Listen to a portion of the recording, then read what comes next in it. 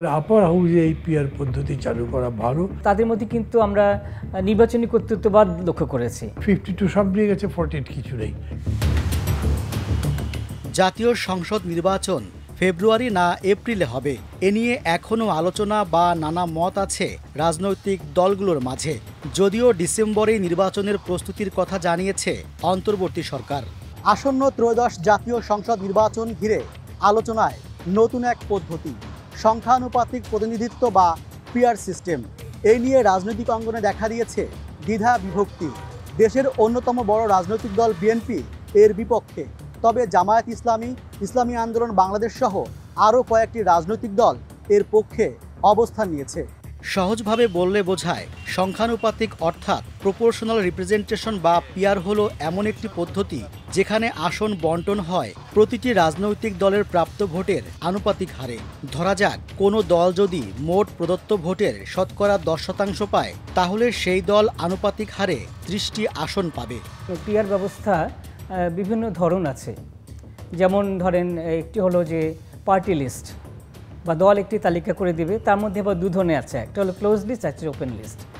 তার এছাড়াও রয়েছে হলো যেটাকে বলে মিক্সড কনস্টিটুয়েন্সি পিআর সিস্টেম, এবং আরও রয়েছে হলো এসটিভি বা সিঙ্গেল ট্রান্সফারেবল ভোট, এই বিষয়গুলো আছে, বা মাল্টিপল কনস্টিটুয়েন্সির বিষয়গুলো এখানে আছে। ফার্স্ট পাস্ট দ্য পোস্ট পদ্ধতির মাধ্যমে বাংলাদেশের জনপ্রতিনিধি নির্বাচিত হয়। এতে করে সর্বোচ্চ ভোট পাওয়া ব্যক্তি জয়ী হন। যে জেতে সে সব জেতে। এখন 51% ভোট পেয়ে একজন জিতলো, আর একজন 49% পেয়ে হেরে গেল।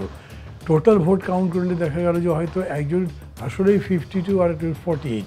52 সব নিয়ে গেছে, 48 কিছু নেই। সেই বিবেচনা থেকেই প্রথমত পিআর পদ্ধতির কথা বলা হচ্ছে। এই নির্বাচনী ব্যবস্থায় জাতীয় সংসদের সব দলের অংশগ্রহণ নিশ্চিত হয় না, ফলে সব ক্ষেত্রে মুষ্টিমেয় কিছু ব্যক্তির হাতে কেন্দ্রীভূত থাকে ক্ষমতা। পরম্পরায় যে দলগুলো ক্ষমতায় এসছে, এবং তাদের মধ্যে কিন্তু আমরা নির্বাচনী কর্তৃত্ববাদ লক্ষ্য করেছি, এবং এটাকে বলা হচ্ছে উইনার টেক্স অল, যেটা বলি তারাই সব সুবিধা তারা ভোগ করবে, এবং পার্লামেন্টে তারাই যেভাবে চায় সেভাবেই লেজিসলেশন হবে, আইন প্রণয়ন সেভাবেই হবে, অন্যদেরকে সেভাবে গ্রাহ্য করা হয় না। আনুপাতিক পদ্ধতিতে নির্বাচন হলে কোনো রাজনৈতিক দলের একক কর্তৃত্ব থাকবে না। ছোট বড় সব দলের প্রার্থী সংসদে প্রতিনিধিত্ব করতে পারবেন। পিআর সিস্টেমে বেশিরভাগ ক্ষেত্রেই কিন্তু সরকার হচ্ছে এক ধরনের সংখ্যালঘু সরকার, মানে হয়তো জোট সরকার বলতে পারেন, কোয়ালিশন গভর্নমেন্ট। কোয়ালিশন গভর্নমেন্ট হলে কিন্তু সেটা দুর্বল সরকার হয়, ফলে সেখানে দেখা যায় ছোট দলগুলো কিং মেকার হয়ে যায় এবং বারবার সরকার পরিবর্তন হয়। এদেশে নির্বাচন ও রাজনৈতিক বিশ্লেষকরা গত এক দশক ধরে বিভিন্ন সময়ে আনুপাতিক হারে নির্বাচন ব্যবস্থা চালুর বিষয়ে সুপারিশ করে আসছিলেন। গণতন্ত্র চর্চার অংশ হিসেবে দক্ষিণ এশিয়ার শ্রীলঙ্কা ও নেপাল সহ বিশ্বের 91টি দেশে পিআর পদ্ধতি চালু রয়েছে।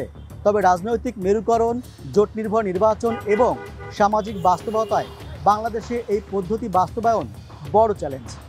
বাংলাদেশে এই মুহূর্তে আনুপাতিক নির্বাচন ব্যবস্থা চালু করা কঠিন। অনেকেই আবার মিশ্র পদ্ধতির কথা বললেও তা সম্ভব নয় বলে মনে করছেন বিশেষজ্ঞরা। তবে ভবিষ্যতে ধীরে ধীরে সেদিকটায় যাওয়া যেতে পারে। হঠাৎ করে এটা পুরো সবগুলো আসনে পিআর পদ্ধতি চালু করার যৌক্তিকতা নেই, এটাকে ধাপে ধাপে করতে হবে, এবং এটা অবশ্যই সমঝোতার ভিত্তিতে, ঐক্যমতের ভিত্তিতে এটা করতে হবে। এবং আমার যেটা মনে হয় যে ধরনগুলো আছে পিআরে, তার মধ্যে পার্টি লিস্টের ওপেন ধরনটাই বা উন্মুক্ত ধরনটাই জনগণের কাছে বেশি বোধগম্য হতে পারে বলে আমার মনে হয়। 100 ভাগের ধরে প্রপোর্শন করতে হবে। সেখানে আমি করলাম কি, যে পুরা ভোটের হয়তো 10% করলাম, এটা প্রপোর্শনেট হলো না। এই জন্য এই পদ্ধতি হবে বলে আমার মনে হয় না। প্রয়োজনে পরীক্ষামূলকভাবে উচ্চকক্ষে পিআর পদ্ধতি চালু করা যেতে পারে বলে মনে করেন নাগরিক ঐক্যের সভাপতি। আমি এখনই মনে করি আপার হাউস যদি হতে পারে, তাহলে আপার হাউসে এই পিআর পদ্ধতি চালু করা ভালো।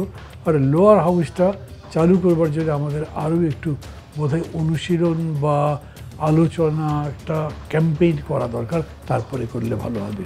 পিআর পদ্ধতির সুবিধা অসুবিধা যাই থাকুক না কেন, বিশ্লেষকরা একমত যে দীর্ঘমেয়াদী স্বৈরশাসন বা একনায়কতন্ত্র রোধে সমাধান হতে পারে আনুপাতিক প্রতিনিধিত্বমূলক নির্বাচন ব্যবস্থা।